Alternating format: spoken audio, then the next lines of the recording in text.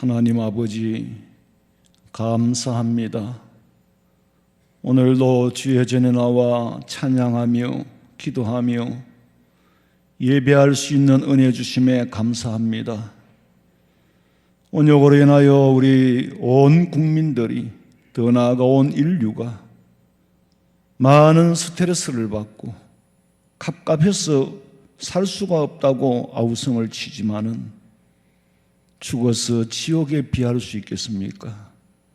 하나님, 잠시 잠깐 사는 세상도 이렇게 어렵다고 하는데 소망이 없이 사는 저들보다 우리에게 믿음 주시오, 영생의 소망을 가지고 살아갈 수 있도록 은혜 주신 것을 감사하옵고, 우리의 지은 죄를 용서해 주시기를 원하오며 허물을 덮어주시고 부족함을 채워주시며 믿음의 담력을 얻어 마지막 때에 하나님 앞에 큰일 감당할 수 있도록 허락해 주시옵소서. 감사하오며 다시 오실 예수님의 이름으로 기도하옵나이다. 아멘.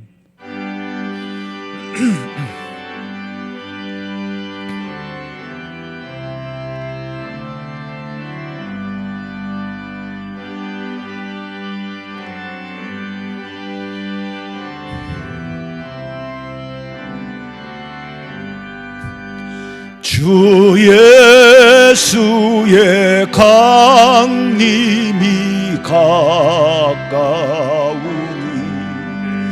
저 천국을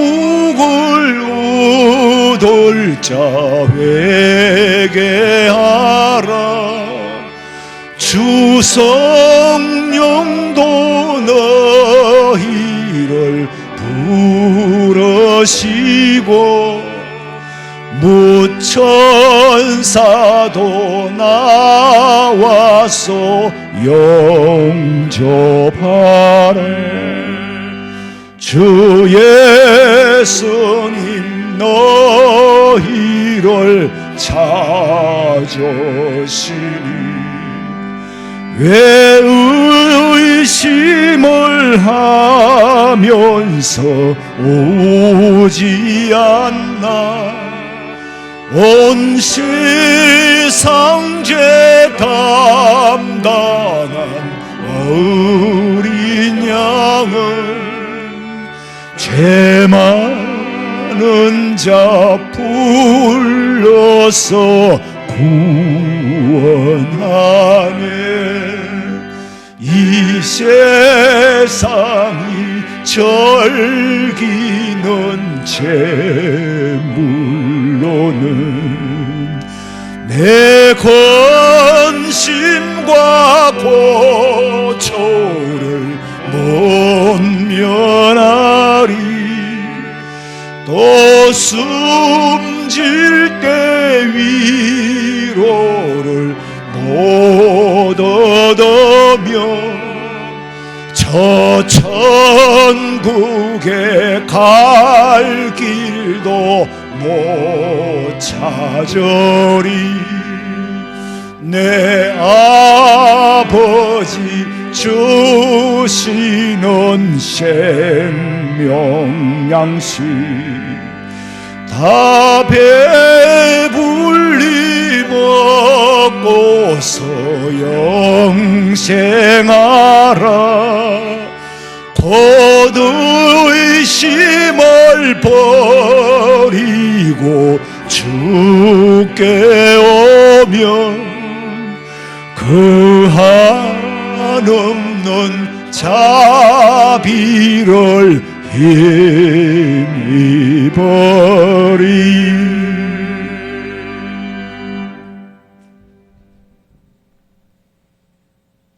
살아계신 하나님 아버지, 그 크신 은혜와 사랑에 감사드립니다. 하나님 아버지, 이제껏 저희의 많은 죄와 허물을 주님의 십자가의 보혈로 죄 씻음 받게 하시고 하나님의 자녀라는 권세를 주심에 감사합니다. 이 시간 찬양으로 하나님께 영광 올리며 수요 예배를 드릴 수 있음에 감사합니다. 하나님 아버지, 그동안에 누렸던 일상들이 늘 그렇게 누리고 살 줄만 알았습니다.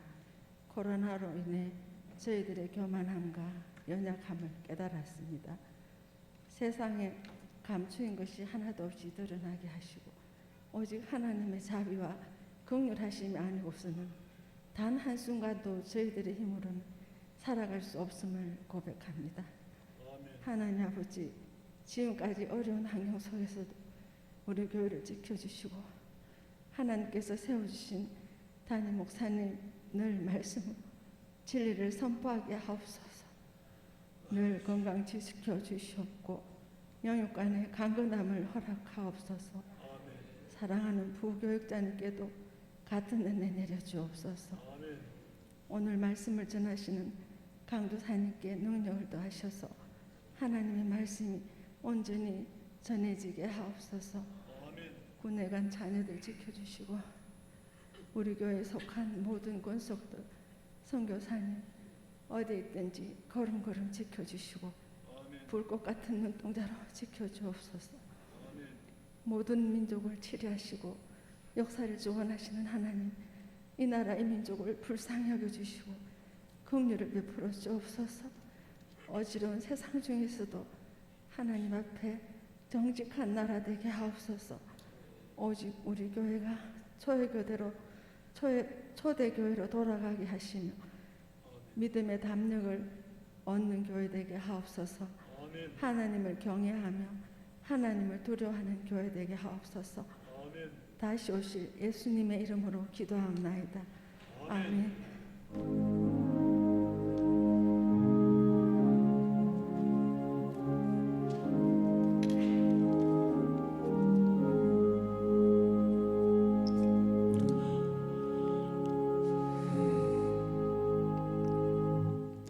하나님의 말씀은 구약 성경 창세기 6장 9절에서 10절에 있는 말씀입니다. 창세기 6장 9절에서 10절 말씀까지 두 절 말씀 우리 다 같이 한 목소리로 읽겠습니다. 이것이 노아의 족본이라. 노아는 의인이요 당대의 완전한 자라. 그는 하나님과 동행하였으며 세 아들을 낳았으니 셈과 함과 야벳이라. 아멘. 김재근 강도사님 나오셔서 말씀 증거하실 때에 큰 은혜 받으시기 바랍니다.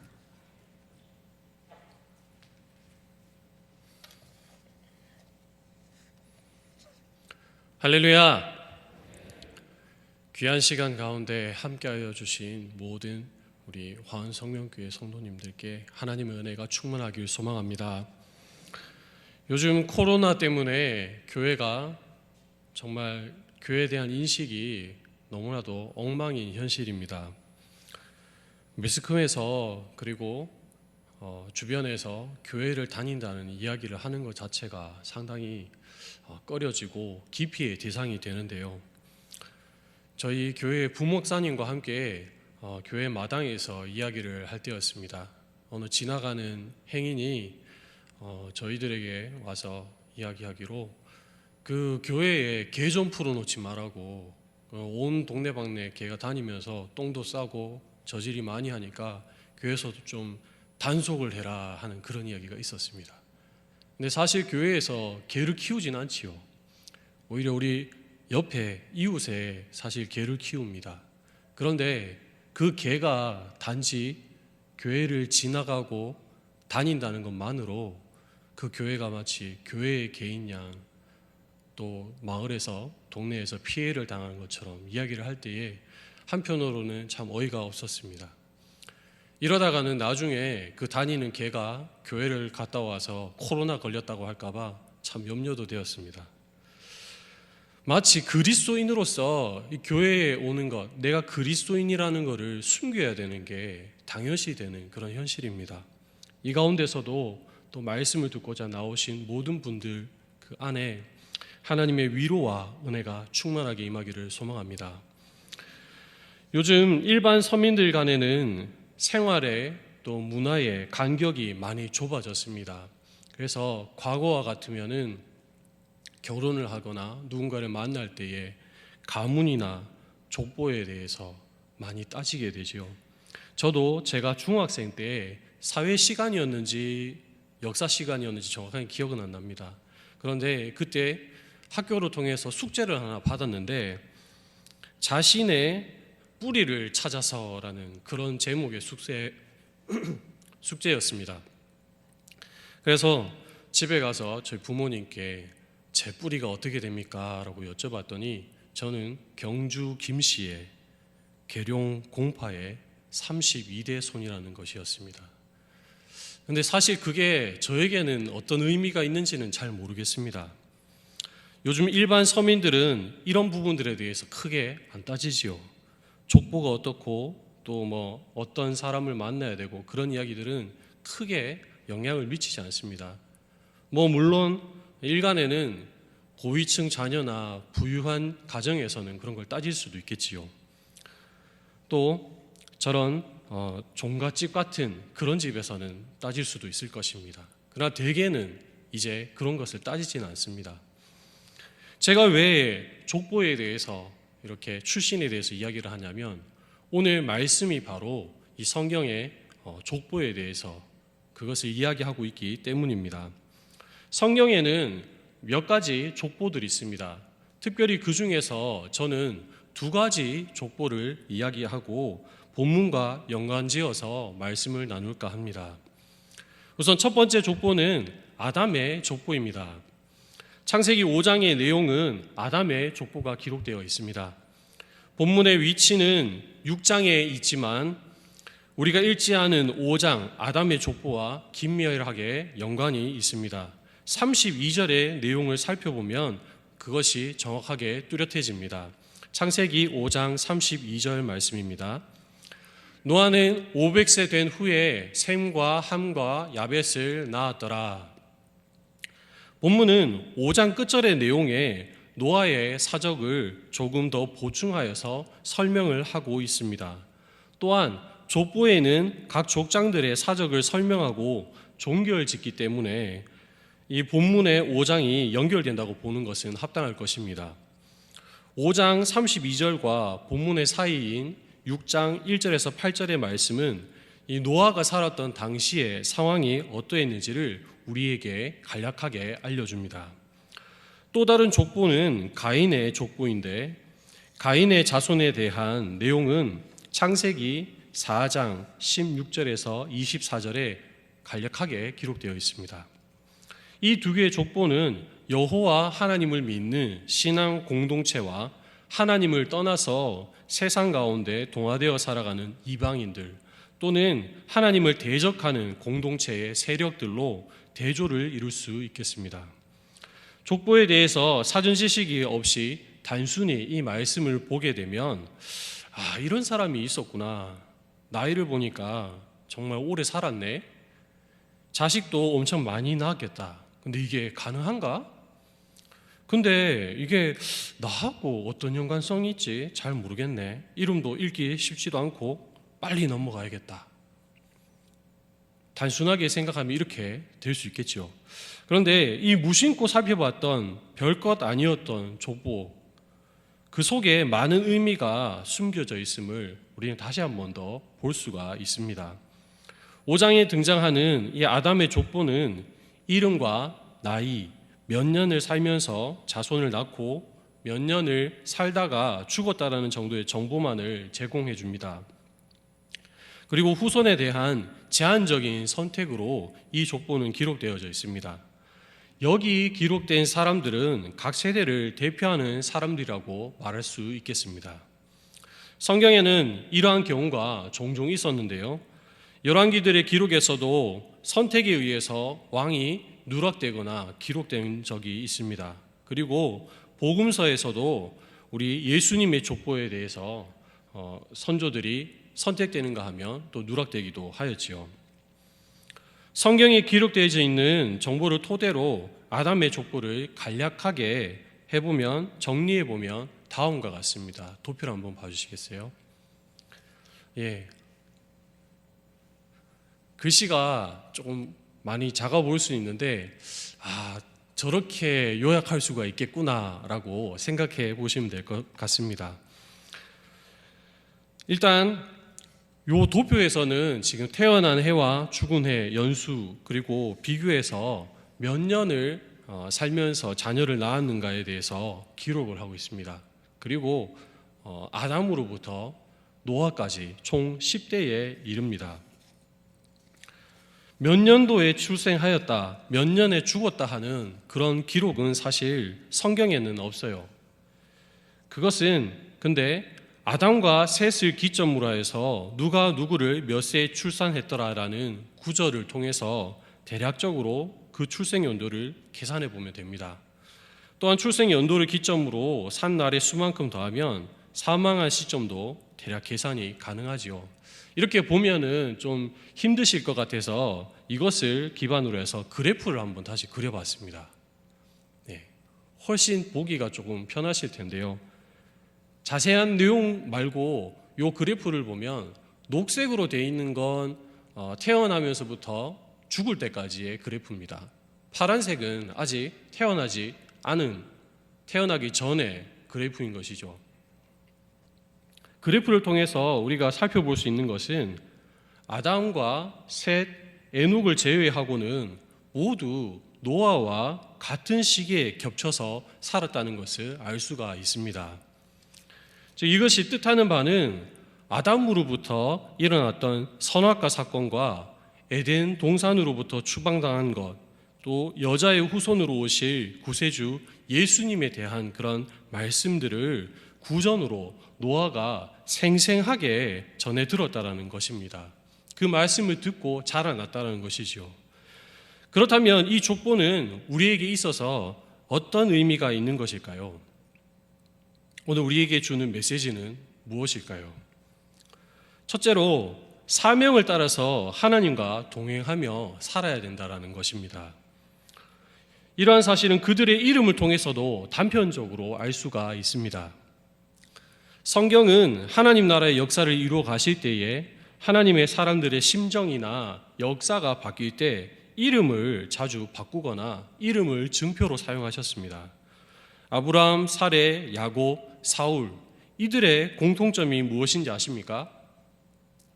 바로 이름이 바뀐 자들이란 것입니다. 예나 지금이나 이름을 바꾸는 것은 쉬운 일이 아니지요. 아브라함은 아브라함으로, 사레는 사라로, 야곱은 이스라엘로, 사울은 바울로. 이름이 바뀌면서 그 뜻도 달라졌고 그들의 인생도 달라졌습니다.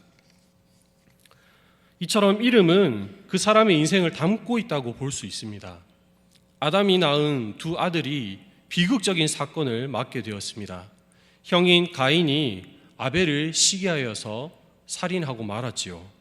그 이후 새로운 씨를 주셨다 하여서 새로운 후손을 주셨다 하여서 그 이름을 셋이라고 하였습니다. 셋은 가인으로 말미암아 끊어졌던 여자의 후손을 이을 중요한 자였습니다. 셋은 하나님의 형상을 닮은 자였으나 아담의 형상 또한 가지고 태어나서 인간의 부패함과 무능한 한계성을 삶 가운데 마주하며 살아야 했습니다. 그래서 그는 자신의 아들의 이름을 에노스라고 지었지요. 에노스는 고칠 수 없다, 썩었다라는 이런 뜻입니다.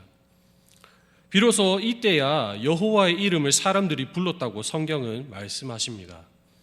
여호와의 이름을 부르짖지 않고서는 우리 능력으로는 아무것도 할 수 없다라는 것을 말씀하는 것이지요. 개난의 뜻은 좀 모호합니다. 옛 히브리어 중에서도 잘 사용이 안 되는 단어이기 때문에 그 기원을 찾기가 학자들은 참 힘들다고 그렇게 기록하고 있습니다. 그래서 가인이라는 아벨의 형 가인의 이름에 좀 또 다른 형태의 그런 이름이다라고 말하는 학자들도 있고, 또 슬픔이나 비탄이라는 뜻을 쓰는 그런 학자들도 있습니다. 그래서 이 에노스는 자신의 처한 그런 환경을 보면서 아들을 볼 때에, 그리고 자신이 있는 그 환경 가운데서 슬픔에 비탄에 처해 있지는 않았을까 추측을 해봅니다. 뒤이어 탄생한 마할랄렐은 하나님을 찬양합니다라는 뜻입니다. 말 그대로 이 계난으로 말미암아 어쩔 수 없는 상황, 비탄에 처해 있는 날이 갈수록 악해져가는 이 상황 가운데서 마할랄레를 낳음으로 통해 그 하나님을 찬양하겠다는 의지가 이 이름에서 보입니다. 야렛은 히브리어로 내려가다라는 뜻을 가지고 있습니다. 족장들의 생활은 유목 생활이 주를 이루었기 때문에 푸른 초장을 찾아서 이동하며 갔을 것입니다. 그 푸른 초장을 향해 갈 때에 누구의 인도함을 받았을까요? 그렇습니다. 바로 여호와 하나님이십니다. 에녹의 이름의 뜻은 감화하다, 가르치다라는 뜻을 담고 있습니다. 에녹의 이름을 통해 볼 때에 그는 하나님의 뜻을 가르치고 생활하는 가운데서 하나님의 가르침을 실천하여 사람들에게 깊은 감명을 주었을 것입니다.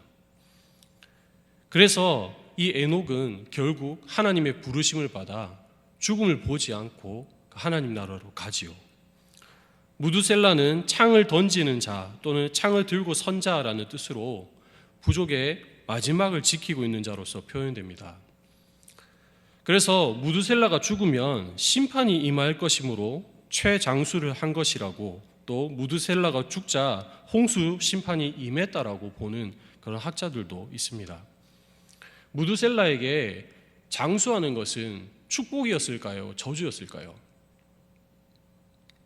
아까 도표를 보신 것과 같이 무두셀라는 최장수로 하였습니다. 그래서 보면 아담으로부터 또 자기 아들이 죽는 것까지도 봅니다. 몇 년 상간으로 라멕이 먼저 죽습니다. 그리고 그 뒤에 있는 노아까지도 보게 되지요. 사랑하는 형제 그리고 나의 지인들이 죽어가는 모습을 보면서 이 땅이 하나님이 보시기에 악하고 기뻐하지 않는 그런 모습으로 바뀌는 것을 보는 것은 믿는 자에게 어쩌면은 지독한 괴로움, 그것을 선사했을지 모릅니다. 그 아픔을 안고서 나의 사랑하는 자들을 먼저 보내고 난 이후에도 내 사명을 감당하기 위해서 무두셀라는 그렇게 살아갔을 것입니다. 무두셀라의 아들 라멕은 강한 젊은 사람입니다. 또 다른 뜻으로는 난폭한 사람이라고도 쓸 수 있습니다. 가인의 자녀 중에도 동명이인으로서 라멕이라는 사람이 있는데 아마 후자의 뜻이 잘 맞을 것 같습니다. 여기 등장하는 라멕은 젊은 사람, 강한 사람으로 쓰이겠죠. 그렇게 강한 사람 라멕도 세상을 보니 고달프고 힘들었던 것 같습니다. 세상은 날이 갈수록 악해져만 가고 하나님을 대적하는 문화가 강성하니 하나님의 위로하심이 얼마나 필요했겠습니까? 그래서 그 아들의 이름을 노아, 쉬다, 앉다, 안식하다라는 뜻을 담았습니다. 성경에서는 5장 말미에 노아에 대해서 이렇게 말하고 있습니다. 여호와께서 땅을 저주하심으로 수고롭게 일하는 우리를 이 아들이 안위하리라. 노아의 이름의 안식, 안위하다라는 것은 편히 쉰다라는 것을 의미하지만 우리는 이 뒤에 있을 사건에 대해서 모두가 너무나 잘 알고 있습니다. 바로 홍수의 심판이 기다리고 있다는 것이죠. 때로는 하나님의 입장에서의 안위하심과 우리의 입장에서의 안위함이 다르다라는 것을 깨달아야 합니다. 어쩌면 이 땅 가운데 임하는 심판이야말로 하나님께서 고대하고 기대하시는 안위함이 아닐까요? 이처럼 하나님께서는 하나님의 선택한 백성들을 통해서 각각의 시대에 맞는 깨달음을 주시고 진리를 허락하시고 하나님의 나라를 위해 계속적으로 역사를 이어나가셨습니다. 그렇다면 지금 이 시간에도, 이 순간에도 하나님은 우리와 함께 계시고 역사하실 줄 믿습니다. 믿으십니까? 그렇다면 오늘날 여러분에게 주어진 사명은 무엇입니까? 분명 하나님께서 죄와 사망과 음침한 골짜기에서 밝은 빛으로 생명으로 하나님 나라로 우리들을 불러주셨는데 부르신 소명이 있다면 우리 각자에게 해야 될 일들이 있지 않겠습니까? 한낱 미물에 불과한 파리도 음식을 썩게 하는 그런 역할을 하고 모기도 면역력을 기르게 하는 데 사용이 되어집니다. 더 나아가서는 이 땅에 해악을 끼치는 악인조차 마지막 날에, 그 악한 날에 악인도 쓰임을 받을 것이라고 성경은 말씀하지요. 여러분의 사명은 무엇입니까? 이들 족보에서는 죽음을 보지 않은 사람이 2명이 나옵니다. 한 명은 에녹이고 한 명은 구원 방주의 사역을 감당하였던 노아였습니다. 이들의 공통점은 하나님과 동행했다라는 것입니다. 주님과 동행할 때에 이들은 구원을 얻을 수 있었고, 주님과 동행할 때에 비로소 이들은 사명대로 그 삶을 살 수가 있었습니다. 생명의 길로 나아갈 수 있었던 것이지요. 각자에게 주신 사명을 깨달아서 우리 주님 오실 길을 잘 예비하는 저와 여러분들이 되기를 축복합니다. 두 번째로, 믿음의 담력을 가진 자가 되어야 한다는 것입니다. 사자성어로 상송상청의 뜻은 소나무는 추운 서리 가운데서도 그 빛을, 그 푸르름을 잃지 않는다라는 뜻입니다. 소나무의 성질은 대쪽 같아서 나무를 베고 그것이 둥치만 남으면 일반적인 나무는 우미 트고 싹이 나겠지만 소나무는 그렇지 않습니다.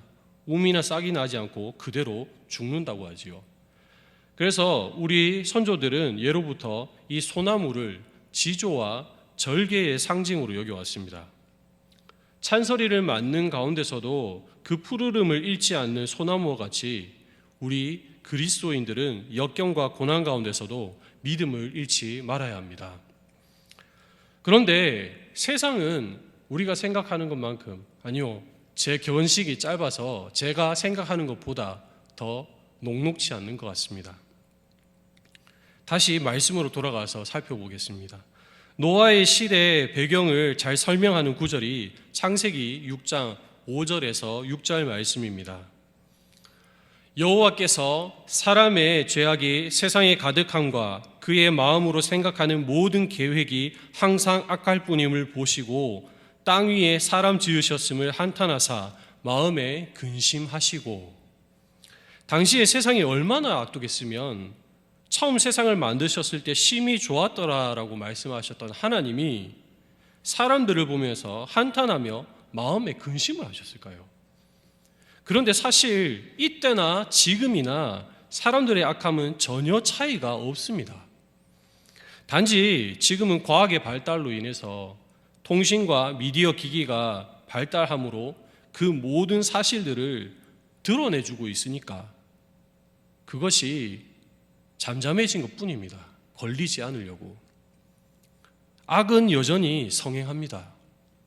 세간을 떠들썩하게 했던 지존파 사건, 강호순, 유형철, 조두순과 같은 이런 극악 범죄자들이 오늘날 우리의 현실 가운데 같이 존재하고 있습니다. 영유아를 유기하고 살해하며 청소년을 폭행하고 강간하는 등 입에도 담기에 끔찍한 일들이 여전히 벌어지고 있습니다. 작년 10월에는 그동안 미제 사건이었던 화상연쇄 살인사건의 진범인 이재춘이 잡혔지요. 제가 비교적 즐겨보는 교양 프로그램이 있는데 제목은 어쩌다 어른이라는 프로입니다. 특정 분야에서 탁월한 사람들을 강사로 초빙하여서 강의를 듣는 프로인데요. 거기에 범죄자들의 심리를 조사하는 프로파일러가 나왔었습니다. 그에 따르면 해마다 평균적으로 우리나라 안에서 벌어지는 범죄만도 100만 건이 넘는다고 합니다. 평균입니다. 평균. 드러나지 않아서 미제 사건들도 좀 많이 있다고 합니다. 문제는 해마다 경범죄는 줄고 있지만 강력범죄는 조금씩 오르고 있다고 해요. 우리는 법의 테두리 안에서 비교적 안전하게 있으니까 얼마나 많은 위험이 우리 주변에 도사리고 있는지 또 노출되어 있는지를 잘 못 느낄 수 있습니다. 그러나 기억할 것은 이 세상에는 여전히 악이 성행하고 있고 불의는 해를 거듭하여도 사라지지 않고 있다는 것입니다. 그 옛날 지금보다 더 야만의 시대를 살았던 족장들의 시대는 어땠을까요? 말도 못했겠죠. 폭력이 아닐 수도 있습니다. 착취와 갈취가 당연한 것일 수도 있고 오히려 그것이 자랑일 수도 있는 시대가 바로 이들의 시대입니다. 4장에 가보면 가인의 족보를 다루고 있습니다. 그 후순으로는 에녹, 이핫, 문휘아엘, 무드사엘, 라멕 등이 있는데 라멕의 자녀로는 야발, 유발, 두발가인, 나아마 등이 기록되어 있습니다. 이 가인의 족보에서 이핫이나 무후야엘이나 무드사엘은 단지 그냥 이름만 언급하고 지나갑니다. 그리고 특이점은 에녹과 라멕이라는 이름이 동명이인으로 등장하지요. 그 이상도 아닙니다. 근데 이들 족보의 또 다른 특이점은 라멕의 두 아내에게서 찾아볼 수 있습니다. 아다와 실라를 통하여서 성경은 인류의 문명이 발전적으로 비약적으로 증가했다는 것을 보여줍니다. 이들의 문명을 발전시키고 비약시킨 인물들이 이 두 인물에게서 아다와 실라로부터 나왔기 때문이지요. 아다의 자녀로서 야발은 육축 치는 자의 조상이 되었습니다. 유발은 악기를 다루는 자가 되었으며 실라의 자녀인 두발가인은 철과 구리를 다루면서 기계를 만드는 자가 되었다고 기록하고 있죠. 즉 가인의 후손의 특징은 당시 인류 문명의 발전에 크게 공헌했다는 것을 알 수가 있습니다. 또한 가인의 자손인 라멕은 하나님의 창조 질서를 깨트리고 일부 다처제를 처음으로 시행한 사람입니다. 그러나 이들의 문명은 도시의 문화는 발전을 했지만 동시에 죄악이 더욱 성행했다는 것을 알 수가 있습니다. 라멕은 자신이 당한 상함 때문에 사람을 죽였어요. 저는 사람을 죽여보지는 못했습니다. 그런데 그 프로파일러의 말을 들어보니까 사람을 죽인 사람의 눈은 정상적이지가 않다고 하더라고요. 눈이 아니라고 했습니다. 그러니까 한마디로 죄책감도 없고 자기애에 충만한 자기중심적인 그런 사람이라는 것입니다. 그의 잔인한 살인을 라멕은 아내들에게 노래로 자랑하고 있습니다. 가인을 죽이는 자는 7배의 대가를 받지만 자신을 죽이는 자는 70배의 대가를 받는다고 하면서 10배나 되는 복수법을 제시하고 그것을 자랑하고 있어요. 노래로 만들면서. 가인이 얼마나 자기중심적인 인간인지, 얼마나 잔혹한지를 잘 보여주고 있습니다. 그럼에도 불구하고 이러한 문명의 화려함은 믿음의 자녀들을 흔들었습니다. 창세기 6장 1절에서 2절 말씀입니다.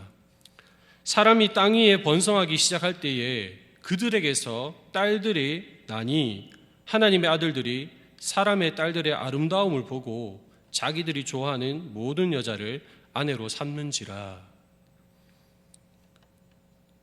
이러한 내용은 이스라엘 백성들이 광야 땅을 40년 동안 방황하다가 약속의 땅 가나안에 들어갔을 때도 마찬가지였죠. 장신구가 귀하고 옷이 귀하고 꾸밀 그런 여건이 없었습니다. 그런데 가나안 땅에 들어가니까 가나안 여인들이 어떻습니까? 화장도 하고 이쁘게 치장도 하고 좋은 것 가지고 있고 그것을 보면서 갖고 싶다 그런 마음 들지 않았습니까? 마찬가지입니다. 사람의 눈에 보이면 좋은 것이 보이면 견물생심이라고 갖고 싶지요. 그래서 많은 하나님의 자녀들이 가인의 문화에 빠져들기 시작했습니다. 그렇다면 오늘 말씀에 등장하는 노아는 어떤 사람이라고 기록하고 있나요? 본문 9장입니다. 이것이 노아의 족본이라. 노아는 의인이요 당대의 완전한 자라. 그는 하나님과 동행하였으며. 성경은 분명하게 이야기하고 있습니다. 노아는 의인이요 완전한 자라. 그런데 여러분 한번 생각해 보십시오. 정말 노아는 의인이고 완전한 자일까요? 하나님께서 그렇게 명명해 주시기 때문에 이것은 분명한 사실입니다. 그러나 아담 이후에 태어난 모든 사람들은 아직 한 가지 해결하지 못한 것이 있습니다. 그것은 바로 아담으로부터 이어지는 원죄의 문제입니다. 이 죄를 해결하지 않고서는 결코 의인이라 할 수 없고 결코 완전한 자라고 할 수가 없지요. 그렇다면 왜 하나님께서는 노아를 완전한 자라고 하시고 의인이라 하셨을까요? 그것은 바로 이 본문 9장의 뒤에 나옵니다. 하나님과 노아가 동행하였다라고 이야기를 하고 있습니다. 노아는 완전한 자가 아니었을 거예요. 왜냐하면 노아의 방주 사건 이후에 노아가 바로 한 것이 있습니다. 물론 예배를 드렸지요. 그리고 그 뒤에 노아가 정말 진정 완전한 자였다면 실수를 하면 안 되겠지요. 그런데 포도주를 마시고 실수를 하게 됩니다. 완전한 자의 모습이 정말 그러합니까? 아니지요. 그렇다면 하나님께서는 왜 완전하다고 하셨을까? 그가 그의 믿음을 놓지 않고 하나님과 동행하며 붙들고 있었기 때문에 하나님 그거 보시고 완전한 자라고 하신 거예요. 마치 우리가 예수를 그리스도로 고백함으로 인하여서 우리 하나님께서 우리를 의인이라 칭해 주시는 칭의의 효과입니다. 하나님께서 의롭다 불러주신 거예요. 불의한 자이지만. 그리고 또 하나, 이 악한 세상 가운데서 하나님과 동행함으로 죽음을 보지 않았던 승천한 사람이 한 명 있지요. 그것은 에녹입니다. 이 에녹 역시 하나님과 동행하였더니 죽음을 보지 않고 승천했다라고 성경은 말씀하십니다. 하나님과 동행했기 때문에. 또 다른 근거로는 하나님께서 무엇을 보시고 노아를 의롭다 하셨을까요? 히브리서 11장 7절 말씀입니다. 믿음으로 노아는 아직 보지 못하는 일에 경고하심을 받아 경외함으로 방주를 예비하여 그 집을 구원하였으니 이로 말미암아 세상을 정죄하고 믿음을 쫓는 의의 후사가 되었느니라. 아멘. 노아는 아직 일어나지도 않은 일을 하나님의 계시로 온전히 믿고 몸소 순종했기 때문에 하나님이 그 모습을 보시고 의롭다, 완전하다라고 하신 것입니다. 노아와 같은 그런 케이스, 그런 사람이 또 있죠. 아브라함입니다. 아브라함은 바랄 수 없을 때에 하나님을 믿었다고 했어요. 후사가 생길 수 없을 때에 그것을 믿었다고 했습니다. 하나님의 약속을 믿었다고 했어요. 그랬더니 그것이 아브라함에게 의로 여겨졌다라고 성경은 기록하고 있습니다. 많은 사람들이 노아를 보고 조롱하고 비웃었을 것입니다. 왜냐하면 바다나 강이 아닌 산에 배를 만들었기 때문이죠. 그럼에도 불구하고 노아는 하나님을 신뢰하면서 굳굳이 믿음의 자리를 이탈하지 않고 지켜가는 신앙, 그것을 하나님은 보셨을 것입니다. 믿음은 바라는 것들의 실상이요 보지 못하는 것들의 증거라고 했지요. 우리 믿음의 선진들이 이 말씀을 따라서 어떤 이는 약속만 받고 바랄 수 없을 때에 복음을 전하기도 하고, 어떤 이는 이 말씀의 약속을 붙잡고 더 좋은 부활을 위해서 순교까지 당하는 그런 역사가 있었습니다. 만약 불신자들이 우리들을 볼 때에 너 참 한심하다, 그 시간에 그 돈으로 투자를 하고 더 좋은 곳 하면 되지 않냐, 이런 이야기를 할 때 그렇게 말하는 상대방이 나보다 더 좋은 차, 더 좋은 집, 더 좋은 명예, 더 좋은 것을 갖고 있다면 때로는 자괴감이 들지 않겠습니까? 때로는 그 마음에 유혹이 들지 않을까요? 그러나 이것이 다 헛된 것이 아닙니다. 이 땅에서의 인생이 끝이 아니라는 것이죠. 저 하나님 나라의 그 천국이 우리 가운데 예비되어 있을 줄 믿습니다. 아멘. 로마서 5장 3절에서 4절 말씀입니다. 우리가 환난 중에도 즐거워하나니 이는 환난은 인내를, 인내는 연단을, 연단은 소망을 이루는 줄을 알미로다. 우리에게 그 하나님 나라의 소망이 있습니다. 참으로 안타까운 말씀을 드리자면, 만약에 저 하나님 나라 천국이 없다면 어떨 것 같습니까? 만약 진짜 그 하나님 나라 천국이 없다면 우리 그리스도인들은 그것만큼 비참한 게 없습니다. 그것만큼 불쌍한 게 없습니다. 그러나 하나님께서는 우리에게 약속하셨지요. 이사야서 61장 말씀에 이렇게 기록되어 있습니다. 주 여호와의 영이 내게 내리셨으니 이는 여호와께서 내게 기름을 부으사 가난한 자에게 아름다운 소식을 전하게 하려 하심이라. 나를 보내사 마음이 상한 자를 고치며 포로된 자에게 자유를, 갇힌 자에게 높임을 선포하며 여호와의 은혜의 해와 우리 하나님의 보복의 날을 선포하여 모든 슬픈 자를 위로하되 무릇 시온에서 슬퍼하는 자에게 화관을 주어 그 죄를 대신하며 기쁨의 기름으로 그 슬픔을 대신하며 찬송의 옷으로 그 근심을 대신하고 그들이 의의 나무 곧 여호와께서 심으신 그 영광을 나타낼 자라 일컬음을 받게 하려 하심이라.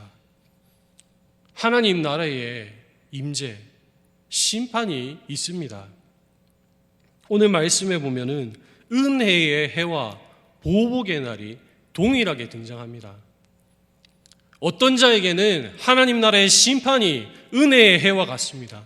이 땅 가운데 마음 아파하며 눈물 흘리며 가난 가운데 있고 고난을 받는 그 가운데 있을 때에 하나님께서 찾아오셔서 그 눈물을 닦아주시며 기쁨의 찬양을 주실 겁니다. 그러한 자에겐 그것이 하나님의 그 날이 은혜의 해가 되겠지만은 그게 아니라 이 땅 가운데 살아가며 하나님을 대적하고 살아갔던 자들, 예수를 그리스도로 받지 못한 자들, 그러한 자에게는 심판의 날이 되겠지요. 어떤 자에게는 첫 번째 부활에 임하여서 하나님 나라의 잔치에 들어갈 것이고 어떤 자는 두 번째 부활로 말미암아 영원한 형벌 가운데 처하게 될 것입니다. 말씀의 결론을 맺겠습니다. 우리 화원성명교회 성도들은 주님께서 주신 사명을 따라서 하나님과 동행하며 믿음의 담력을 날마다 얻으시기를 예수님의 이름으로 축원합니다. 기도하겠습니다. 살아 역사하신 하나님 아버지 감사합니다. 우리를 이 자리에 불러주신 것 주님의 뜻인 줄 믿습니다. 다른 좋은 것, 좋은 곳 갈 수 있지만은 예배 자리로 나오게 하셨사오니 주님 각자의 분량에 따라 합당한 은혜를 내려주시옵소서. 또 이 땅 가운데 살아가면서 주님 주시는 사명을 잘 감당해 나갈 수 있도록 성령 하나님 시대를 분간하는 영안을 뜨게 하여 주시옵시고 이 시대를 살아가면서 환난 가운데 고난 가운데 인내하며 싸워 나갈 수 있는 믿음의 담력을 허락하여 주시옵소서. 반드시 다시 오시리라 약속하신 예수 그리스도의 이름으로 기도하옵나이다. 아멘.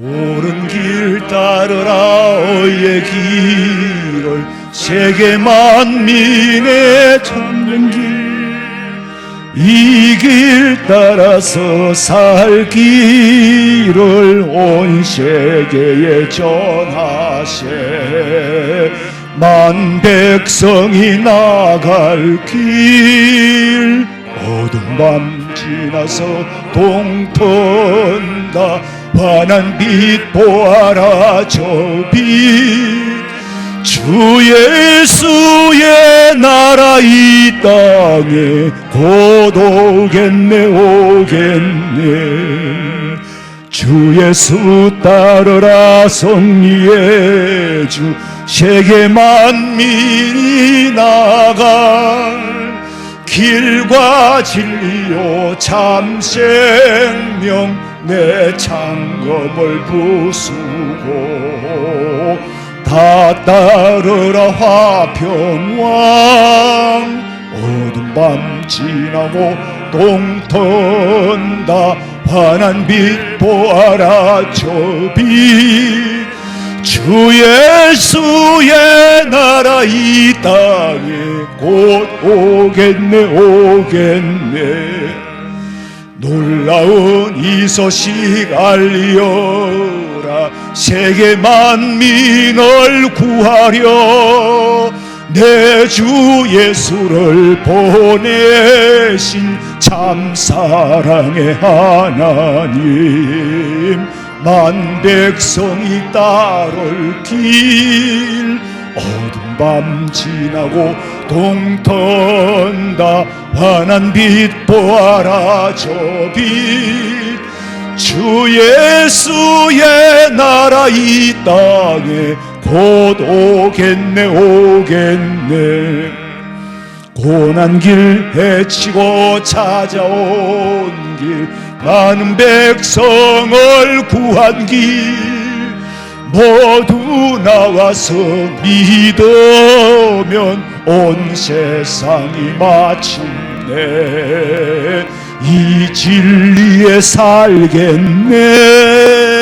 어두운 밤 지나고 동턴다 환한 빛 보아라 저 빛. 주 예수의 나라 이 땅에 곧 오겠네 오겠네. 예물 드렸습니다. 11조 감사헌금, 장학헌금, 구제헌금, 성년금 드렸습니다. 기도드리겠습니다. 하나님 아버지 감사합니다. 오늘도 예물 드릴 수 있는 은혜 주시고 믿음 주시고 물질 주셔서 전부가 아버지 것인 줄로 알고 아버지 앞에 맡기고 내 살림살이도 내 건강도 가정도 주님이 가장이 되시어서 아버지 주시는 대로 청지기의 사명을 감당할 때에 땅에 사는 동안에 필요한 것으로 구석구석이 풍성하고 넉넉히 채워주실 줄로 믿습니다. 진심으로 드릴 수 있어 감사하오며 이 땅에 다시 오실 예수님의 이름으로 기도하옵나이다. 아멘. 지금은 우리 주 예수 그리스도의 은혜와 하나님 우리 아버지의 그 놀라우신 사랑과 성령의 위로하심과 교통하심이 주의 전에 나와 예배하고 돌아가는 성도들의 머리 위에 가정과 직장과 사업장과 자녀들의 앞길 위에 지금으로부터 영원토록 함께 있을지어다. 아멘. 아버지